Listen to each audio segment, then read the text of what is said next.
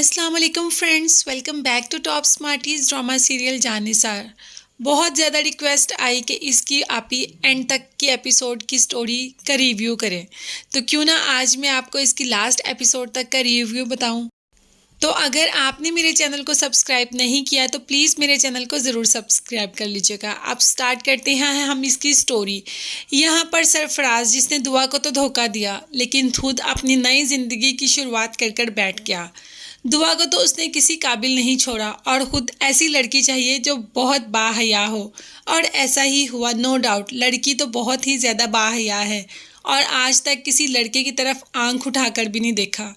ऐसा तो दुआ ने भी किया था, वो भी बहुत बापर्दा बाहया थी। सिर्फ और सिर्फ सरफराज को देखा और सरफराज ने उसके साथ क्या किया। खैर जो भी हुआ अपने घर की हो गई वो तो, लेकिन यहाँ पर दुआ ऐसे की ऐसे रह गई।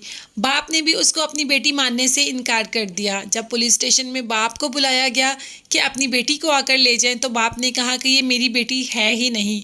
दुआ बेचारी चीखती और चिल्लाती रही, अब्बा अब्बा अब्बा, लेकिन बाप ने कोई बात नहीं सुनी।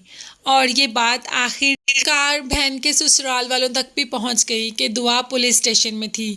जब पता चला सरफराज को कि दुआ दुआ कौन है, तब पता चला कि वो दुआ जिसको सरफराज छोड़ कर आया था वो कोई और नहीं, उसकी अपनी ही साली है। जबकि बहन ने कहा कि मेरी बहन तो ऐसी है ही नहीं, वो ऐसा कुछ नहीं कर सकती, लेकिन सास ससुर ने मानने से इनकार कर दिया। ससुर तो फिर भी बेहतर है, लेकिन सास तो किसी बात पर आ ही नहीं रही थी। और इसके बाद दुआ घर भी आती है, लेकिन बाप दरवाज़ा ही नहीं खोलता और उसको दहलीज से ही वापस लौटा देता है। कहाँ जाएगी दुआ? दुआ जिसको अपना छोटा सा घर बहुत बुरा लगता था, जो पंख लगाकर उड़ना चाहती थी, आज वही घर उसको इतना याद आ रहा होता है कि उसका दिल कर रहा होता है कि उसी पिंजरे में वापस चली जाए जहाँ पर छोटी छोटी खुशियाँ, ढेर सारा झगड़ा, सब कुछ होता था। वो सादा सी ज़िंदगी में वापस चली जाए, लेकिन ऐसा नहीं हो सकता था। वहीं पर दुआ को एक औरत मिलती है जो दुआ को अपने साथ ले जाती है, जो कि क्लब में डांस करती है। और दुआ को वैसे ही डांस का बहुत शौक होता है, तो दुआ को भी वो क्लब डांस में ही लगा देती है। लेकिन ये तो दुआ का शौक नहीं था, दुआ का शौक तो कुछ और ही था। वहाँ पर नौशरवान भी अपने किसी काम से आता है और दुआ को इस हालत में देखकर एकदम हैरान और परेशान हो जाता है। दुआ जो पहले भी नौशरवान से मिली होती है, उसकी तरफ देखकर शर्मिंदगी से अपनी आंखें झुका लेती है और शर्मिंदा होकर खुद को समेटते हुए वहाँ से चली जाती है। ये सब कुछ सिर्फ और सिर्फ सरफराज की वजह से हुआ। अगर दुआ आज सर झुका रही है, नज़रें झुका रही है, तो सरफराज की वजह से। लेकिन नौशरवान को तो इन बातों से कोई फ़र्क ही नहीं पड़ता। उसने सिर्फ और सिर्फ दुआ से मोहब्बत की और उसने सब कुछ भूल भुलाकर दुआ को प्रपोज़ किया और एक खूबसूरत से रिश्ते में दुआ के साथ बंध गया। उसने दुआ से निकाह कर लिया और ये दुनिया का सबसे खूबसूरत रिश्ता है। आज उसने दुआ को अपना लिया, लेकिन जैसे ही दुआ को हाथ लगाता है, दुआ चौंक जाती है।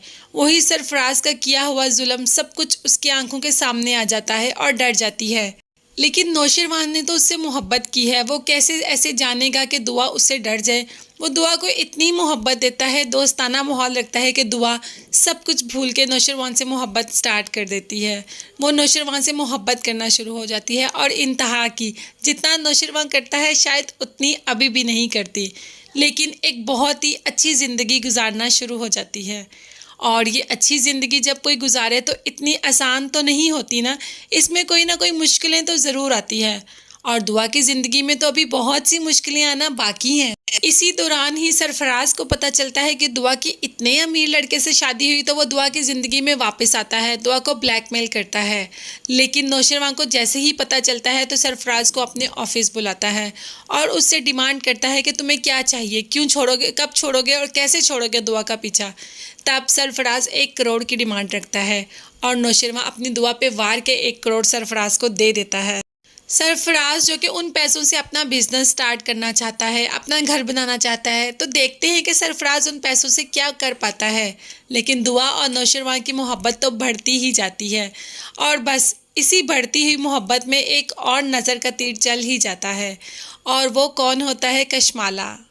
जैसे ही कशमाला को नौशरवां और दुआ की मोहब्बत और शादी का पता चलेगा तो वो कैसे बर्दाश्त कर सकती है। वो तो नौशरवां से अपनी मोहब्बत की भीख मांगती है, अपनी बीवी होने का हक मांगती है, जो कि नौशरवां आज तक उसे दे ही नहीं सका।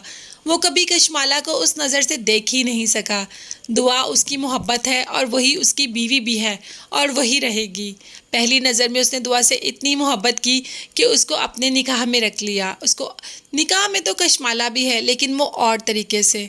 आखिर कशमाला को कब समझ आएगी कि नौशरवां उसको मोहब्बत नहीं करता।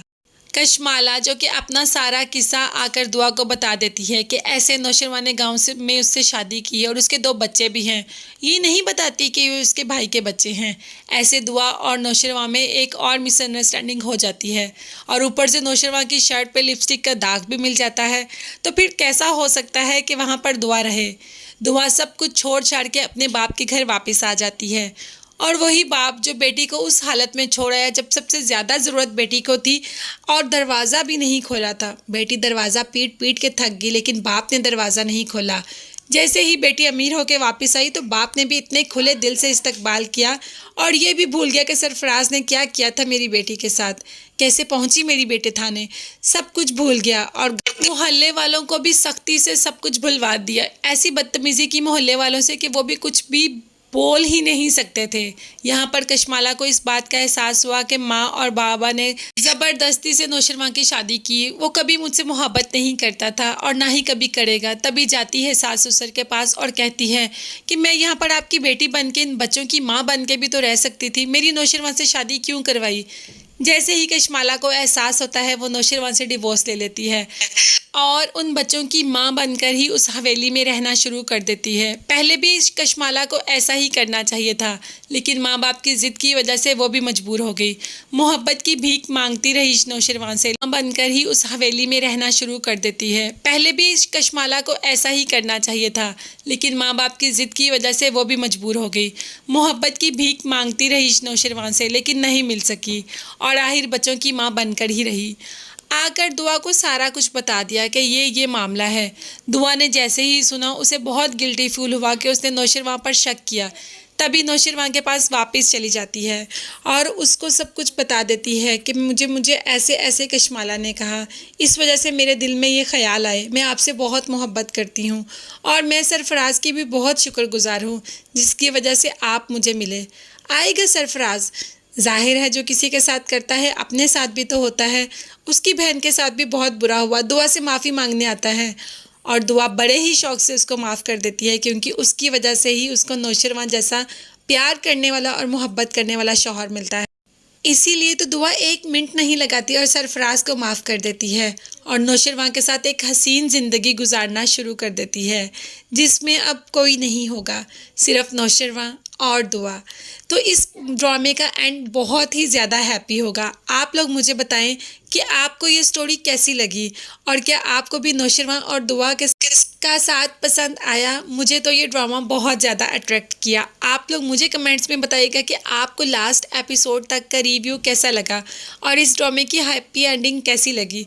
इस ड्रामे में कोई ऐसा नहीं होगा कि एंड पे हीरो नहीं रहेगा या हीरोइन नहीं रहेगी। ये दोनों हमें एंड पे एक साथ ही नज़र आएंगे और इतना सारा ड्रामा देखने का मज़ा आ जाएगा। नहीं तो इतनी एपिसोड्स देखने के बाद एंड पर लड़का और लड़की मिलते ही नहीं, कभी कोई मर जाता है, कभी क्या हो जाता है। लेकिन इस ड्रामे में ऐसा कुछ नहीं हुआ। इसकी बहुत ही मज़े की और बहुत ही हैप्पी एंडिंग हुई।